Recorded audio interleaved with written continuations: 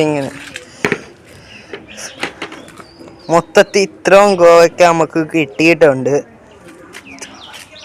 ഇനിയും ഗോവയ്ക്കകൾ ഇതിനകത്തുള്ളത് കണ്ട, മേളിലൊക്കെ തൂങ്ങിക്കിടപ്പുണ്ട്. മേളിൽ എത്താൻ പറ്റാത്തതുകൊണ്ട് സഞ്ജു ഇത് ഇവിടെ കിടക്കുന്നതൊക്കെ നമുക്ക് എടുക്കാം.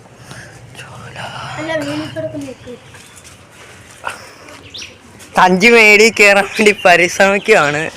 നമുക്ക് നോക്കാം.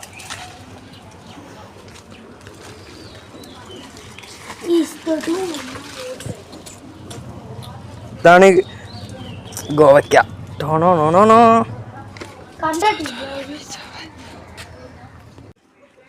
താളെ ഞാൻ പിടിക്കാം. ബക്കറ്റിന്നാ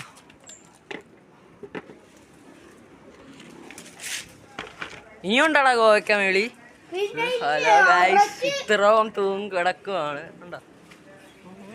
ഇതാണ് ഗോവയ്ക്ക ഇങ്ങനെ വളർന്ന് പന്തലിക്കുന്നുണ്ട്.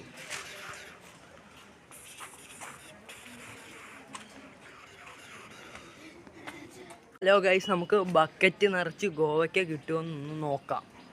നമുക്ക് ഫൈനലായിട്ട് ഇത്ര ഗോവയ്ക്കകളാണ് കിട്ടിയിരിക്കുന്നത്. അപ്പോൾ ബൈ ബൈ.